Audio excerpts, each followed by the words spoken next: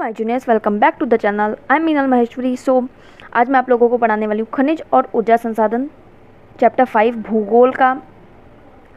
Chapter 2 और 3 से केवल मानचित्र कार्य ही आएगा, तो उस पर ज़्यादा टाइम नहीं देना है। केवल ऊपर ऊपर से अगर चाहते हो तो मैंने चैप्टर 2 की अपलोड भी की है वीडियो, केवल एक बार वीडियो देख लोगे हो जाएगा। उससे क्वेश्चंस नहीं आने वाले एग्ज़ाम में इससे।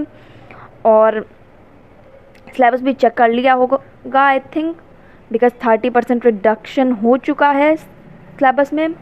सबसे पहले तो हम खनिज क्यों पढ़ते हैं, बिकॉज अगर हम देखें तो खनिज हर एक मतलब कोई भी ऐसी चीज़ नहीं देखने को मिलेगी जिसमें खनिज ना हो। बिकॉज खनिज क्या है, केवल लोहे का मतलब खनिज तो होता नहीं है। चूना पत्थर हम देखते हैं वो भी खनिज है। जो हम एल्युमिनियम कॉपर की तार देखते हैं वो भी खनिज से ही आया है निकल के। मैक्सिमम चीज़ें जो है वो खनिज से, हम डेली यूज़ में पूरे दिन बहुत सारे, खनिज नहीं कह सकते बट खनिज से निकलने वाले पदार्थों को देखते हैं। अब डायरेक्ट लोहा नहीं देखेंगे शायद, लेकिन कुछ लोहे से बना पदार्थ देख लेंगे। कुछ नहीं है ना, हम डेली फैक्ट्री देख पाएँ। खनिज। अब खनिज से रिलेटेड एक वर्ड आता है अयस्क। खनिज क्या है पहले तो ये समझने वाला टॉपिक है। तो खनिज की अगर हम परिभाषा देखें तो थोड़ी सी डिफ़िकल्ट बताई गई है हमारी बुक में। एक प्राकृतिक रूप से विद्यमान समरूप तत्व, मैं केवल मेन वर्ड्स लिख रही हूँ यहाँ पे, जिसकी एक निश्चित आंतरिक संरचना है। तो ये थोड़ा सा ऐसे वर्ड्स ही थोड़े से डिफ़िकल्ट दिए गए हैं, बट अगर हम इजी वे में समझें तो क्या है, पहले तो ये प्राकृतिक रूप से, यानी कि अभी तक कोई ऐसा तरीका नहीं है जिससे इंसान खनिज बना पाए। केवल इंसान खनिज का शोधन करके उसमें से लोहा निकाल सकते हैं, चूना पत्थर सारी चीज़ें निकाल सकते हैं, लेकिन ऐसा तरीका नहीं है कि उसे बना पाएँ खनिज को प्राकृतिक रूप से। इसीलिए हमें खनिजों का संरक्षण भी आगे पढ़ना है। समरूप तत्व है, यानी कि एक तत्व जो होगा, यहाँ पे अगर हम इसका मीनिंग देखें तो एक तत्व जो होगा वो बहुत ज़्यादा होगा। जैसे कि जिस खनिज में लोहा ज़्यादा होगा उसे क्या बोल देंगे, लौह अयस्क बोल देंगे। जिसमें बॉक्साइड ज़्यादा होगा यानी कि एल्युमिनियम की मात्रा ज़्यादा होगी, एल्युमिनियम के अयस्क को क्या बोलते हैं हम लोग, बॉक्साइड बोलते हैं। तो ये एक वन वर्ड क्वेश्चन हो गया यहाँ पे। तो जिसमें मात्रा ज़्यादा होगी उसमें वो अयस्क बन जाएगा। एक निश्चित आंतरिक संरचना होती है इसमें। ये धरती के भूपर्पटी, जिसे हम इंग्लिश में क्रस्ट बोलते हैं, से निकलता है। कई बार ये महासागर से भी, और भी अभी हम देखेंगे काफ़ी सारी विधियां भी हमें बताई गई हैं कैसे कैसे इसे निकाला जाता है। तो खनिज और अयस्क में अंतर क्या है, खनिज में कई बार होता है बहुत सारी चीज़ों का मिश्रण होता है, लेकिन अयस्क में क्या है, एक ज़्यादा। अब अगर खनिज में बहुत कम मात्रा में लौह अयस्क पाया जा रहा है तो उससे शोधन करके निकालना महंगा पड़ेगा, तो इसलिए उसे नहीं निकाला जाता। लेकिन जहाँ देखेंगे कि लोहे की मात्रा अधिक है वहाँ पे निकालेंगे। तो जिसमें एक किसी की मात्रा अधिक होती है उसे हम बोलते हैं अयस्क। तो आई होप समझ में आ रहा होगा। हर अयस्क जो है वो खनिज तो होता है, लेकिन हर खनिज अयस्क नहीं होता है। ये एक बहुत इम्पॉर्टेंट पॉइंट है। ये हमें साइंस में भी पढ़ने को मिलेगा। साइंस में भी इससे क्वेश्चन आता है, खनिज और अयस्क में अंतर क्या है। तो अब हम खनिज के पार्ट्स देख लेते हैं, क्योंकि खनिज के भी कुछ पार्ट्स हैं तो वो भी हमें पढ़ना है। तो देखिए, हमारा दो टाइप का होता है, धात्विक और अधात्विक खनिज। इसमें अगर हम एक देखें तो एक और कर सकते हैं हम ऊर्जा, जिससे हमें ऊर्जा मिलती है। जैसे कि इसमें पहले मैं बता दूँ, कोयला आ जाएगा, पेट्रोलियम आ जाएगा और प्राकृतिक गैस आ जाएगा। बट मेन जो हम मानते हैं, दो ही टाइप मानते हैं इसका, धात्विक और अधात्विक। धात्विक जिसमें धातु की मात्रा पाई जाए, और अधात्विक जिसमें अधातु, यानी कि अभ्रक, चूना पत्थर, नमक, पोटास, सल्फर, संगमरमर, बलुआ पत्थर, ऐसी सारी चीज़ें। धात्विक में भी 3 टाइप होते हैं, लौह अयस्क, लौह धातु, अलौह धातु और बहुमूल्य। लौह धातु में जिसमें लौह की मात्रा पाई जाए, जैसे कि लौह अयस्क सबसे मेन, मैग्नीज निकल और कोबाल्ट, इसमें सब में लौह की मात्रा पाई जाती है। अलौह धातु में कौन कौन से आएंगे? कॉपर, टीन, और ये क्या होता है, इसे हम हिंदी में बोलते हैं जस्ता, और ये सीसा। सीसा और जस्ता दोनों हैं, जिसे हम पीबी और टिन भी लिख सकते हैं। टिन तो नॉर्मल है बिल्कुल। बहुमूल्य कौन कौन से? तो बहुमूल्य से पहले ही हमें समझ में आ जाना चाहिए सोना, चांदी, प्लेटिनम, ये सब बहुमूल्य में आते हैं। प्लेटिनम को वाइट गोल्ड भी कहते हैं, यानी कि सफ़ेद सोना भी बोलते हैं। तो यहाँ पे खनिज का मैंने बता दिया, ये थोड़ा सा मतलब अधात्विक आ जाता है, कई बार धात्विक पूछ लेते हैं। और अगर खनिज का आए कि खनिज कितने टाइप के होते हैं, तो तीनों ही कंसीडर करना, बिकॉज हमारी बुक में तीनों ही दिए गए हैं।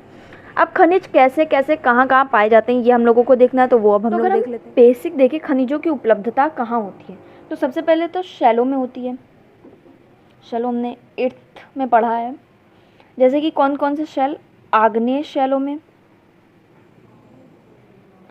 कायांतरित में, और थर्ड आता है हमारा अवसादी शैलों में। तो इन दोनों में जो पाए जाते हैं खनिज वो कौन कौन से हैं? जस्ता, तांबा जिसे हम कॉपर बोलते हैं, जिंक और सीसा। ये मेन आग्नेय और कायांतरित शैलों से निकाले जाते हैं। अब कैसे होते हैं? तो शैल है मान लिया ये, इनमें जो बीच में दरारें होती हैं वहाँ पे खनिज की मात्रा पाई जाती है। ये जम जाते हैं यहाँ पे, और इनका निर्माण अधिकतर उस समय होता है जब ये तरल और गैसीय अवस्था में दरारों के सहारे भूपृष्ठ पर आ जाते हैं, धकेले जाते हैं और ऊपर आके क्या हो जाते हैं, यहाँ पे ठंडे हो जाते हैं, तो हमें खनिजों की प्राप्ति होती है। अब अवसादी सेल में कैसे होता है? तो अवसादी सेलों में ये परतों के रूप में जम जाते हैं, एक एक परतें ऐसे बन जाती हैं और ये जम जाते हैं। इनका निर्माण क्षैतिज परतों में निक्षेपण, संचयन व जमाव का परिणाम होता है। यहाँ पे ऐसे जम जाते हैं परतों के रूप में ये। अब इनसे कौन कौन से होते हैं? तो जैसे कि कोयला है,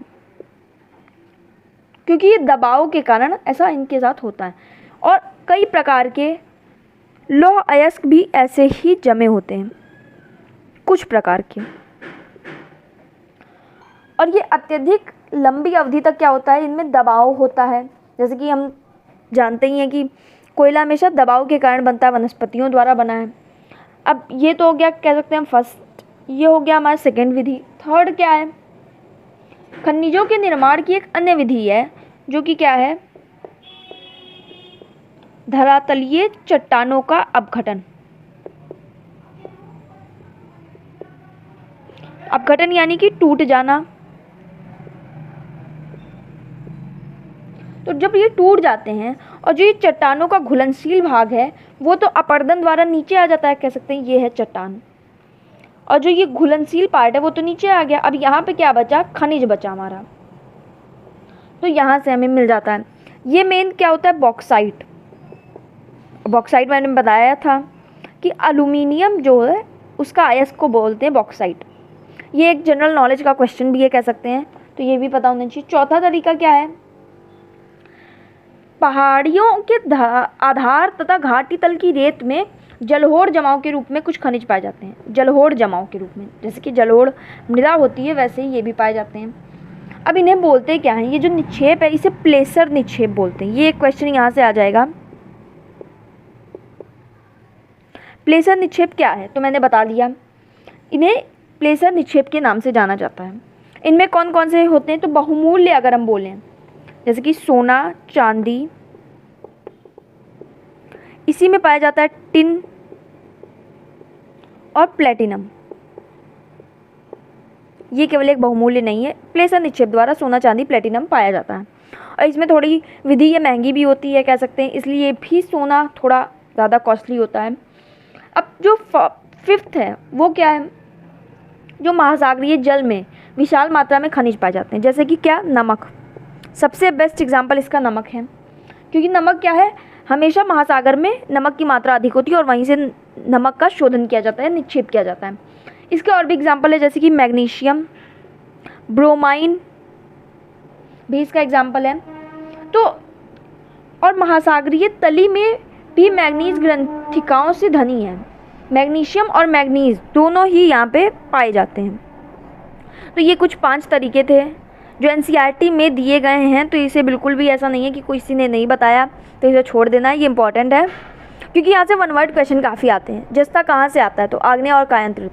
अब ये तो हमने देख लिया ज्योग्राफी के अकॉर्डिंग, कह सकते हैं कि ये कहाँ कहाँ पाए जाते हैं। अब अगर हम इंडिया के सापेक्ष में देखें, जैसे कि कौन से क्या राज्य में पाए जाते हैं, तो वो थोड़ा सा दिया है, वो देख लेते हैं अब हम लोग। अब अगर हम देखें तो इंडिया में प्रायद्वीपीय चट्टानों में, प्रायद्वीपीय चट्टानों मतलब कह सकते हैं हम, ये जो यहाँ का पार्ट है ये मेन प्रायद्वीपीय चट्टान। तो यहाँ पे मेन जो है कोयले,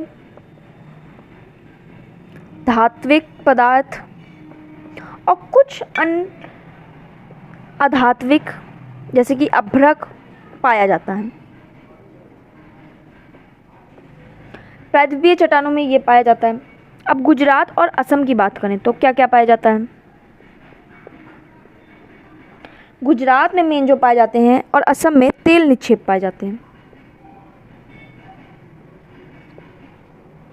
ऐसा नहीं है कि इंडिया में तेल बिल्कुल भी नहीं होता है, तेल थोड़ा बहुत कम, अगर यहाँ पे यूज़ के अकॉर्डिंग देखें तो तेल बहुत कम है, इसलिए हमें आयात ज़्यादा करना पड़ता है। और राजस्थान में देखें तो राजस्थान में अलौह खनिज बहुत मात्रा में है, जैसे कि क्या हो गया, टिन हो गया, जस्ता हो गया, ये सारे चीज़ें बहुत। अब अगर हम यूपी के साइड की बात करें, जहाँ पे जलोढ़ मृदा मैदान है, जहाँ पे जलोढ़ मृदा मैदान है, वहाँ पे लगभग जो है वो विहीन है। वहाँ पे कृषि ही इतनी अच्छी होती है। और ये तो कुछ क्षेत्रों में कुछ पाया जाता है, कुछ क्षेत्रों में, कुछ राजस्थान में सूखा होता है, कृषि कम हो पाती है। तो ऐसे ही कह सकते हैं क्योंकि हर जगह पे सब चीज़ समान नहीं होती। तो जलोढ़ मृदा के मैदान में लगभग विहीन है, ऐसा नहीं बिल्कुल ही नहीं है, लेकिन अगर हम टोटल के अकॉर्डिंग देखें तो कुछ नहीं है यहाँ पे, कुछ नहीं। तो अब हमें थोड़ा सा, अभी हमने धात्विक और अधात्विक पढ़ा, तो अब हम लौह खनिज और अलौह देख लेते हैं। लौह खनिज अगर हम देखें तो 3/4 पार्ट जो है पूरे खनिज का वो लौह खनिज है। बहुत बड़ी मात्रा है लौह खनिज की, और इसका हम लोग मतलब भारत निर्यात भी करता है, अपना यूज़ तो करता ही है और निर्यात भी अधिक करता है।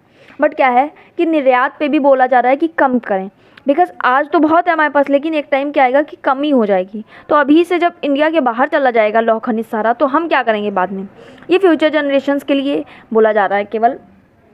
अब इसमें भी 2 हमने पढ़ना है, पहला तो है लौह अयस्क और दूसरा क्या है, मैग्नीज। तो अगर हम लौह अयस्क को देखें तो लौह अयस्क जो सबसे ज़्यादा पार्ट है उड़ीसा में पाया जाता है, लगभग 52% लौह अयस्क हम जानते हैं जिससे लोहा हम प्राप्त करते हैं। बहुत एक बड़ा कह सकते हैं यूज़ इसका बहुत ज़्यादा है। लौह खनिज में सबसे ज़्यादा लौह का यूज़ है, धात्विक में ही सबसे ज़्यादा लौह का यूज़ है। और उसके बाद झारखंड में पाया जाता है, कर्नाटक में, छत्तीसगढ़ में कितना पाया जाता है, 16%। ये याद बहुत नहीं, बट ये राज्य पता होने चाहिए, उड़ीसा, छत्तीसगढ़, कर्नाटक, झारखंड और भी कुछ है जिनमें बहुत कम पाया जाता है। अब इसमें भी किस किस जगह पर पाया जाता है। अगर हम लौह अयस्क की बात करें तो हमें 2 टाइप के पढ़ने हैं यहाँ पे, जो हमारे मेन सिलेबस में दिया गया है, मैग्नेटाइट और हेमेटाइट। सबसे सर्वोत्तम ये माना जाता है क्योंकि इसमें 70% लौह की मात्रा होती है, इसमें 50 से 60%। बट यूज़ क्या होता है, औद्योगिक रूप में सबसे ज़्यादा हेमेटाइट का, इसका सबसे ज़्यादा यूज़ हो रहा है। मैग्नेटाइट बहुत अच्छा टाइप का है, लेकिन जो हेमेटाइट का औद्योगिक में काम हो रहा है वो मैग्नेटाइट का नहीं हो रहा है। अब कौन कौन सी पेटियाँ यानी कि जहाँ पे पूरा भंडार भरा हो लौह अयस्क का, तो कौन कौन सी है, उड़ीसा झारखंड पेटी,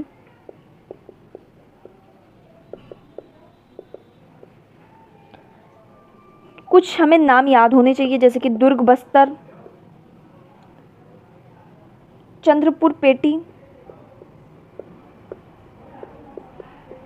उड़ीसा झारखंड पेटी, दुर्ग बस्तर चंद्रपुर पेटी, वल्लारी चित्रदुर्ग, ये थोड़ा सा साउथ इंडियन कह सकते हैं नेम लगेगा, और चिकमंगलुरु तुमकुरू पेटी। तो ये सारी हैं, इनके बारे में थोड़ा थोड़ा हमारी बुक में दिया भी है, तो अगर पढ़ना हो तो पढ़ सकते हो। वैसे उड़ीसा झारखंड में सबसे ज़्यादा हीमेटाइट पाया जाता है, जिसका बहुत ज़्यादा यूज़ है, इसीलिए सबसे नंबर 1 पे उड़ीसा झारखंड पेटी को ही रखा जाता है। इसमें कुछ ज़िले हैं जहाँ पे हीमेटाइट बहुत अच्छा पाया जाता है, और यहाँ पे मेन हीमेटाइट अयस्क का ही इसको ही निकाला जाता है। दुर्ग बस्तर कहाँ पे है? तो महाराष्ट्र और छत्तीसगढ़ राज्य में है। छत्तीसगढ़ के जो बस्तर ज़िला है, छत्तीसगढ़ में आता है बस्तर ज़िला, वहाँ पे है। और भी कुछ ऐसे ही इसमें चंद्रपुर भी है। यहाँ पे भी क्या है? हेमेटाइट का ही है। मेन 14 जमाव मिलते हैं यहाँ पे खदानों का जो लौह अयस्क के विशाखापट्टनम पतन से जापान और दक्षिण कोरिया को निर्यात किया जाता है। यहाँ का जो है दुर्ग बस्तर चंद्रपुर पेटी बल्लारी चित्रकूट दुर्ग कर्नाटक एरिया में आ जाता है, तो मैंने बोला था साउथ में है। तो ऐसे ही कुछ। अब हम मैग्नीज देख लेते हैं। मैग्नीज कहाँ कहाँ पाया जाता है? तो सबसे ज़्यादा एमपी में, यानी कि मध्य प्रदेश में 27%, लेकिन महाराष्ट्र भी पीछे नहीं है। महाराष्ट्र में 25% और कर्नाटक में भी 25%। बाकी आंध्र प्रदेश में, सॉरी यहाँ पे मैंने कर्नाटक बोल दिया, उड़ीसा, थोड़ा सा मैं भूल गई थी, उड़ीसा में भी 25% है। कर्नाटक में 11% की मात्रा है इसकी, और आंध्र प्रदेश में थोड़ा और भी अन्य में है। तो मैग्नीज का जो मेन अगर हम काम देखें तो इस्पात के विनिर्माण के प्रयोग में किया जाता है।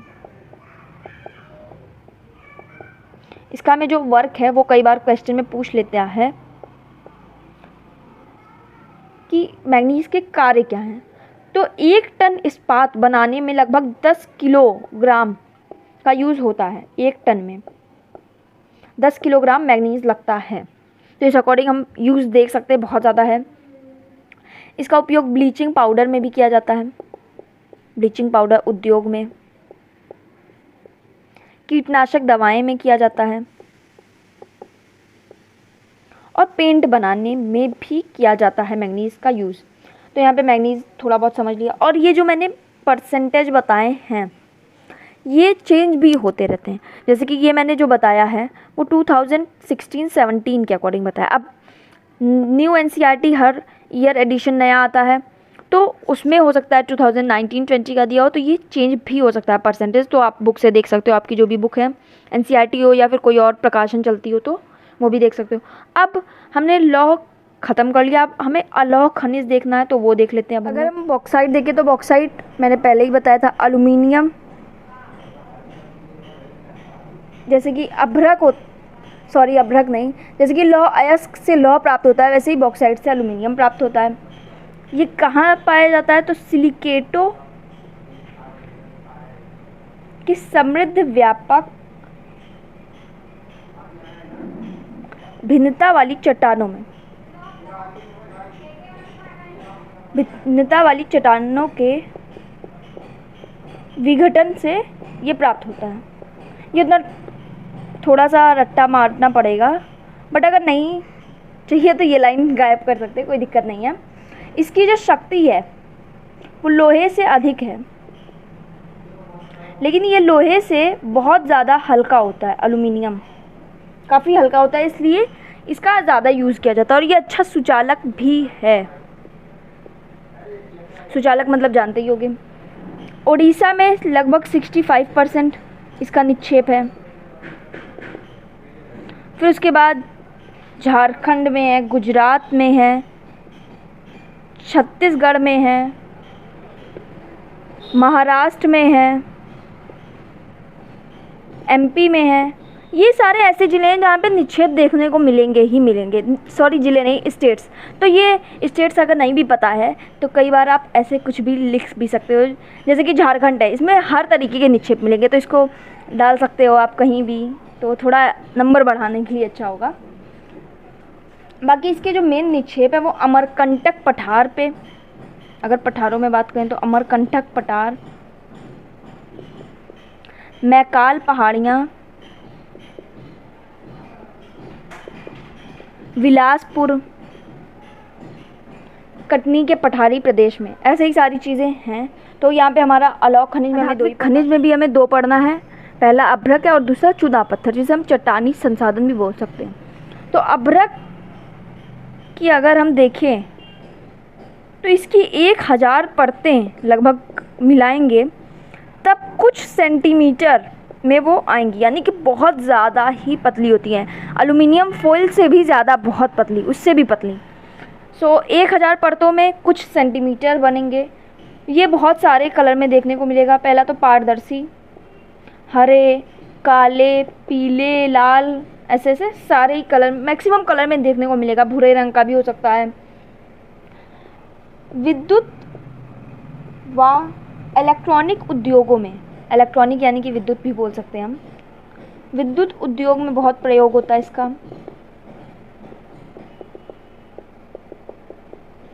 इसके निक्षेप जो मिलते हैं छोटा नागपुर पठार के उत्तरी पठारी किनारों पर,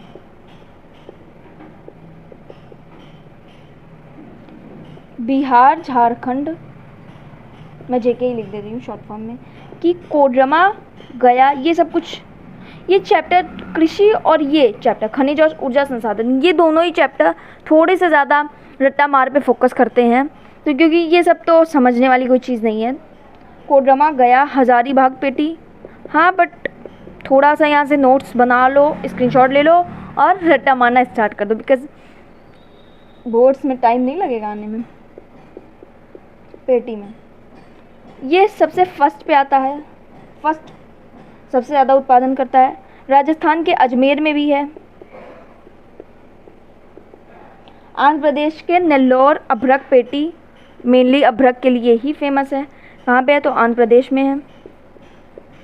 तो यहाँ पे अभ्रक हमने लगभग पढ़ लिया, यूजेस क्या है ये पढ़ लिया, कैसे कलर में होता है। तो अब हमारा जो सेकंड है चूना पत्थर, वो देख लेते हैं अब हम लोग। चूना पत्थर जिसे हम चट्टानी खनिज भी बोल सकते हैं या फिर चट्टानी संसाधन भी बोलते हैं। तो इसका निक्षेप जो है वो अवसादी चट्टानों से होता है या अवसादी सेल भी बोलते हैं जिसे। इसका जो यूज़ है सीमेंट उद्योग में सबसे ज़्यादा यूज़ होता है और एक जगह है लौह प्रगलन में। लौह प्रगलन जो भट्टियाँ होती हैं उनमें भी इसका प्रयोग होता है। राजस्थान में 20% चूना पत्थर, बिकॉज चूना पत्थर शुष्क स्थानों पे ज़्यादा, तो शुष्क स्थान में इंडिया में देखें तो राजस्थान नंबर 1 पे आता है। मध्य प्रदेश में भी इसका 13% है। आंध्र प्रदेश में 13%। अगर परसेंट नहीं भी याद करेंगे तो कोई प्रॉब्लम नहीं है, बस ये याद रहना चाहिए राजस्थान में सबसे ज़्यादा। और ये तो एक कह सकते हैं ट्रिक भी है, चूना पत्थर गर्म है, गर्म होता है कह सकते हैं, जब उसे पानी में डालें तो राजस्थान गर्म एरिया है, तो ये भी याद कर सकते हो। छत्तीसगढ़ में मेन जो यही था। अब लास्ट में छोटा सा एक टॉपिक है खनिजों का संरक्षण। इस वीडियो का छोटा सा टॉपिक है, बाकी अभी एक पार्ट 2 भी इसकी आएगी जिसमें पूरा ऊर्जा संसाधन मैं कवर करूँगी। इसमें पूरा खनिज कर दिया है। खनिजों का संरक्षण, तो खनिजों का संरक्षण क्यों करना पहले तो ज़रूरी है, तो ये पता होना चाहिए। तो भूपर्पटी का केवल 1% खनिज है, मतलब 1% है खनिज। अब जानते हैं कि बहुत है 1% हमारे लिए, बट हमारी फ्यूचर जनरेशन्स के लिए भी तो हमें चाहिए कुछ, हमें सस्टेनेबल डेवलपमेंट भी तो करनी है। तो भूपर्पटी का 1% है, तो संरक्षण तो ज़रूरी हो गया। तो कैसे कर सकते हैं? कई तरीके हैं। धातुओं का पुनः चक्रण, जिसे हम रिसाइकलिंग कहते हैं। जैसे कि हम कबाड़ में बेच देंगे तो वो क्या करेगा, वो फैक्ट्रीज़ को बेचेगा, फैक्ट्री उसको रिसाइकल करती है एंड देन वो चीज़ मार्केट में फिर से आती है, फिर से उसका यूज़ होता है। तो इससे काफ़ी, जैसे कि लोहा है तो उसका काफ़ी बच जाता है यूज़, 50% तो यही हो जाता है, रिसाइकल होके काम हो जाता है। तो धातुओं का पुनः चक्रण कर सकते हैं, रद्दी धातुओं का प्रयोग कर सकते हैं।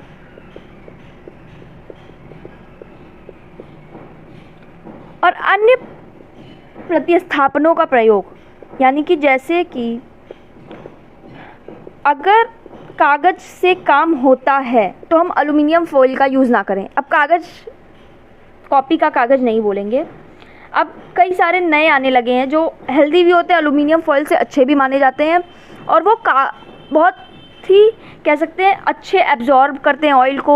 एल्युमिनियम फॉइल से अच्छा वर्क है, तो अगर हम एल्युमिनियम फॉइल को हटा के वो यूज़ करें तो वो भी क्या है, एक तरह का संरक्षण माना जाएगा। तो ऐसे ही खनिजों का संरक्षण, बस यही मेन चीज़ें, कुछ चीज़ें बताई थी कि ऐसे कर सकते हैं। क्यों ज़रूरी है? क्योंकि 1% है केवल, उसमें भी हम लोग बहुत तेज़ी से यूज़ किए जा रहे हैं। और लोहे का निर्यात जो है बहुत ज़्यादा इंडिया द्वारा किया जाता है, तो वो भी हम कम कर सकते हैं। दूसरे देश में भेज देंगे तो वो कभी वापस आएगा नहीं, तो हमें भी तो चाहिए ना ज़रूरत, तो इसलिए निर्यात कम कर सकते हैं। तो ये खनिज ख़त्म हो गया। अब सेकेंड वीडियो में मैं पूरा ऊर्जा संसाधन क्लियर कर दूंगी, वो भी थोड़ा सा बड़ा टॉपिक है तो इसलिए इसमें नहीं ऐड करी हूँ मैं। और पार्ट 1 यहीं ख़त्म होती है। तो वीडियो अच्छी लगी हो तो please like, share and subscribe कर देना। मिलते हैं नेक्स्ट वीडियो में, तब तक के लिए bye bye and thanks for watching.